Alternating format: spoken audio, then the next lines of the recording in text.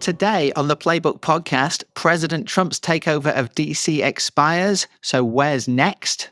The president will be reacting to Israel's shock strike on Qatar. And we're going to be talking all things Maha after Robert F. Kennedy Jr.'s big report on health in America. Hello, I'm Jack Blanchard. And I'm Dasha Burns. It is Wednesday, September 10th. And this is the Playbook Podcast. It's good to see you, Dasha. How you doing? Good to see you too, my friend. Happy hump day, everybody. It is Wednesday, the 10th of September. That means it is 30 days. Feels like about 30 years. Mm-hmm. Politics years, like dog years. Isn't it? 30 days since Donald Trump announced his crime emergency in Washington, that he was taking control of the local police force. And he obviously flooded the city with troops and with federal agents. But those 30 days expire today, which means that officially his federal takeover, at least of the police force, is over.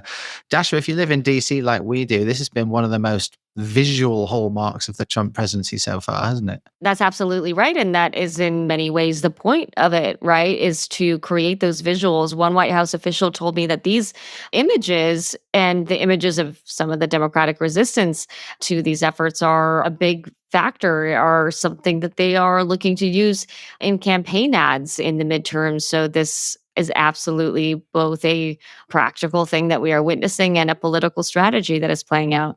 So the idea is we'll see videos of President Trump striding around, calling in the military, clamping down on crime, and then Democrats saying, no, don't clamp down on crime, please, Mr. President, and looking weak. That's right. And in fact, one thing to note, according to one senior White House official, they're planning to put some pieces of legislation on the floor in Congress, not as part of SCR, but really these standalone issues that will put people on one side or the other on the issue of crime. So basically theatre to get the Democrats voting to say, look, they voted against these measures. We're the ones trying to be tough on crime. That's right. And we saw some theater last night as well at Joe's, iconic DC restaurant, where the president showed up with the press corps and tried to show the city and the country and the world, really, that he has had an impact, that now you can go to Joe's, though I think most people were still going to Joe's before and after this. No coincidence that it was the final day of his 30-day takeover, right? This was kind of his mission accomplished victory lap. Look, the city's so safe now that even I, the president of the United States,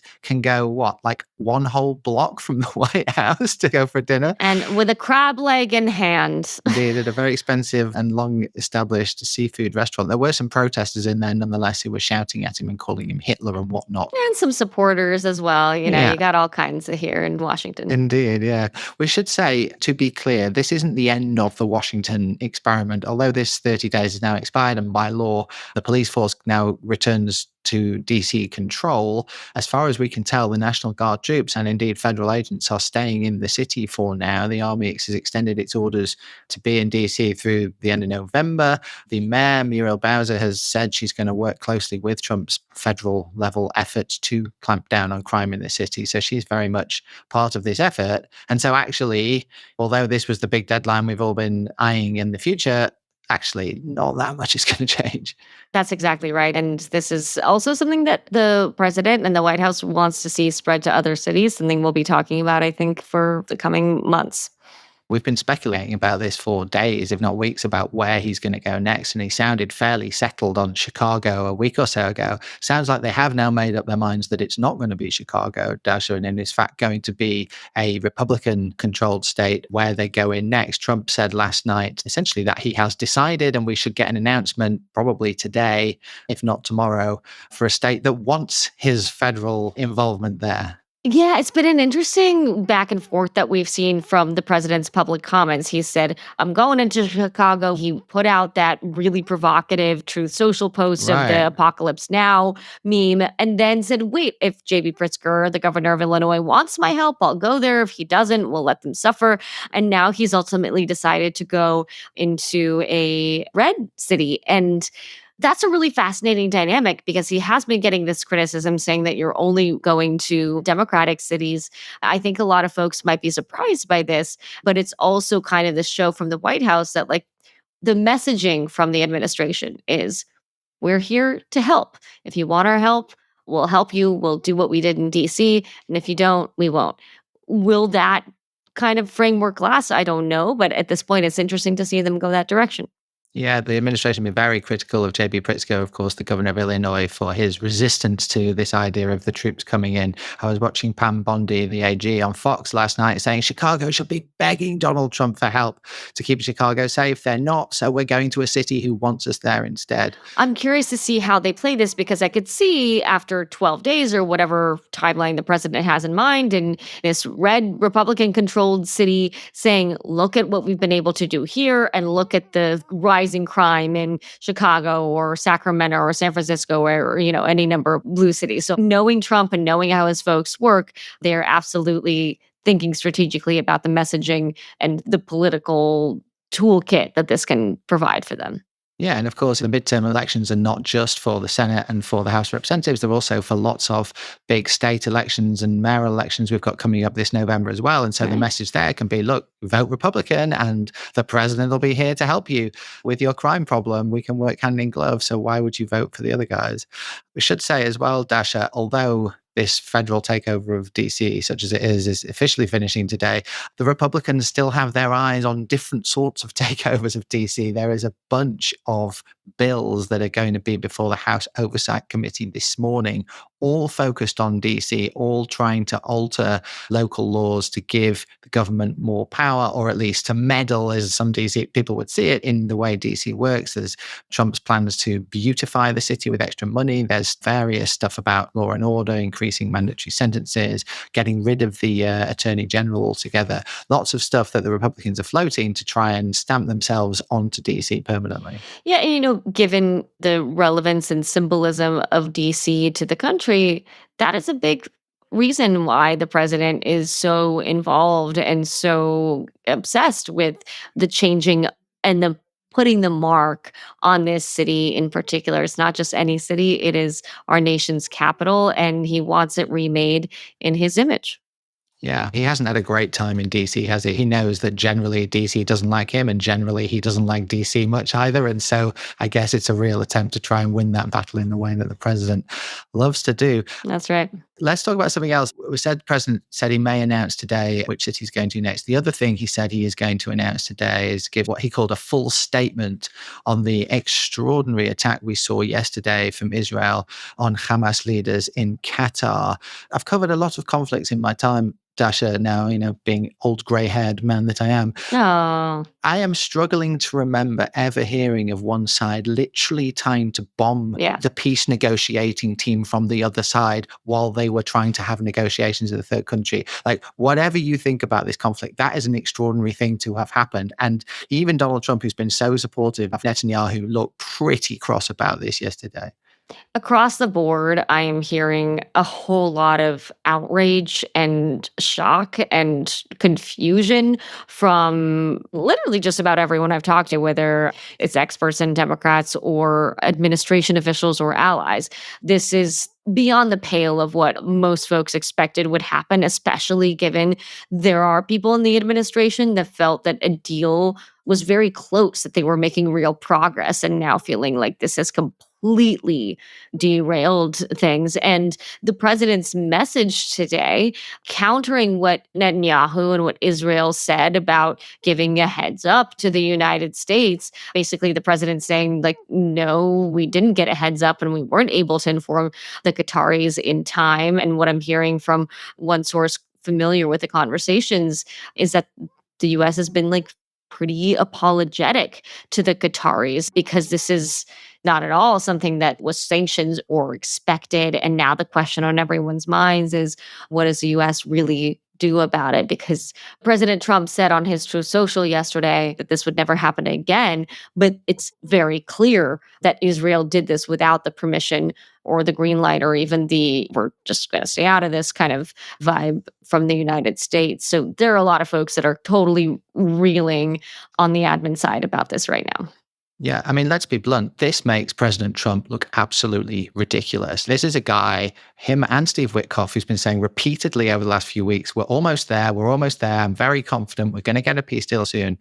They literally bombed the negotiators. His best friend in this whole thing bombed the negotiators without telling him he was going to do it. It completely undermines everything that America's been trying to do there, both in the eyes of Qatar, in the eyes of Hamas. If you want peace, you don't bomb the negotiating team that you're negotiating with, right? And so all of that just goes out the window now. And you're right, like Trump saying, this won't happen again. I was watching the Israeli ambassador on Fox News last night, about an hour after Trump said that, saying, oh, well, we didn't get them. We'll get them next time. He thinks it's going to happen again. And so how much credibility does Trump now have when he's trying to broker peace in this region, when Netanyahu acts like this? And it reminds me, Dasha, of the way Netanyahu was undercutting Joe Biden when he was president, made Joe Biden look ridiculous frequently. The way that Biden would try and pressure and try and get something he'd never get anywhere. Now we start to see the same pattern with Trump, which I don't think many people would have expected. Yeah, let's not forget that whether it's Netanyahu or Putin, these are players that have been the thorn in the side of several past administrations, secretaries of state, and advisors, right? So these are really challenging diplomatic relationships. However, this feels like it has really, really crossed a line, especially when this administration has had particularly strong ties with the Qataris. I mean, Steve Witkoff has known Qatari leadership since long before he was serving in this administration. And that's one of the things that was touted by this White House, that they have this very tight bond with a power in the Middle East that is at the center of so many of these critical conversations. And now that very power and that very relationship is being tested at the highest levels. I mean, the Qataris are giving President Trump his own private aircraft. Don't forget. I mean, that's how close he is with them. Let's not forget the 24-hour news cycle of that. Yeah. Promised we talk a little bit about Maha before we finish, the Make America Healthy Again movement led by Robert F. Kennedy Jr., of course. We learned last night that Susan Menares, the now former head of the CDC, who Kennedy threw out, is going to be testifying in the Senate next week. That will be a big blockbuster moment because she is absolutely furious about what happened to her. The thing I'm interested in, though, Dasha, is just how close to this Maha movement is President Trump really, and just how many of their policies is he really signed up to? Because they put out a big Maha report yesterday. There wasn't actually a lot of detail in there about the big stuff that Maha cares about pesticides, about vaccines, the stuff that would really upset big pharma and sort of big farming, if I can put it that way. That stuff wasn't in there. And, I just wonder how much of this is lip service by Trump versus how much he really believes in giving these people what they want. The challenge of the Maha movement is in many ways encapsulated by these reports that have been put out, because these are just reports. They don't have real teeth, right? They're just sort of the beginnings of like maybe an inkling of policy. And those alone have been incredibly fraught with debates between various industry interests and the Maha base. And so to actually take that and turn that into any sort of real policy and change when it comes to how some of these companies operate, how our food systems operate, how the FDA operates, vaccines, of course, it is just a huge conundrum. And there are some basic parts of the Maha agenda of like, can we get some of these additives and artificial colors and other things out of our food that that's sort of the low-hanging fruit that the administration is game for.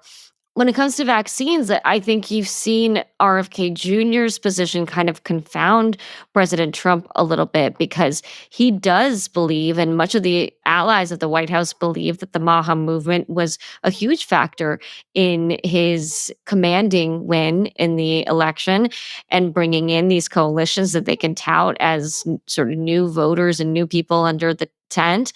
At the same time, the vaccine piece of it makes things really complicated. And you've seen President Trump say, listen, let's ask questions, sure, but let's be careful when it comes to doing something like what Florida has done. And in fact, one White House official told me that when he was first briefed on what happened in Florida, which is they're basically eliminating vaccine mandates for kids, that he first really disapproved of that and asked why would they do that. And then he decided to listen to the arguments there and ultimately decided not to intervene. But he really does believe in some of the fundamental long-standing vaccines of polio, measles, etc. And it's a nuanced view where that's not something typical of Trump. Some White House officials have admitted that to me. Like most things for him are black and white. The vaccine thing and the Maha movement is one where he sort of bends a little bit. Fascinating. I wonder whether they'll be able to keep this movement on board going forward. And whether it's going to be a benefit or a hindrance when it comes to the midterms. They feel it was a benefit in 24. Is it going to be beneficial or harmful in 26 and 28? We started the show talking about Donald Trump going to the Joe's Seafood restaurant around the corner of my house. Let's finish talking about DC restaurants as well. We like to do something fun at the end of the show, Dasha, and two well, this DC is my restaurants. favorite kind of conversation. This is right up my alley. All right. My stomach is the best way to my heart. The New York Times puts out an annual list of the best places to eat in America, 50 restaurants you've got to go to. And waving a flag for Washington, D.C., we have two in there, a place called Doggone and a place called La Shukran. Now, I never go out of my house because fortunately, I have two small children who I love to just stay at home with the whole damn time. But you, Dasha, actually get to go out and have fun in D.C. And you've been to one of these restaurants. Tell me, are there good places to eat in D.C.? I've been to La Shukran. I have not been to the other one. And now I will have to make it my top destination. But La Shukran's incredible, just delicious, beautiful, colorful, spice-filled, flavor-filled, deeply savory. I'm a foodie, and I was worried when I moved from New York to DC that my little foodie heart would just wither and die. But thank you, Washington. You have been a pleasant surprise with the food scene. Yeah, and of course now Donald Trump has made it safe for us to set foot outside of our houses, then we can actually go and enjoy these places. So send us your restaurant tips, your birthdays, your spottings from whatever restaurants you go to playbook@politico.com. Restaurant recs for grown-ups and children, please. And children alike. That's all we got time for on today's show. We've got much more news and analysis in today's Playbook newsletter, which as always you can find at politico.com/playbook. Thank you, Dasha. That's all we got time for. We'll be back tomorrow. Thanks, Jack. Thanks for listening.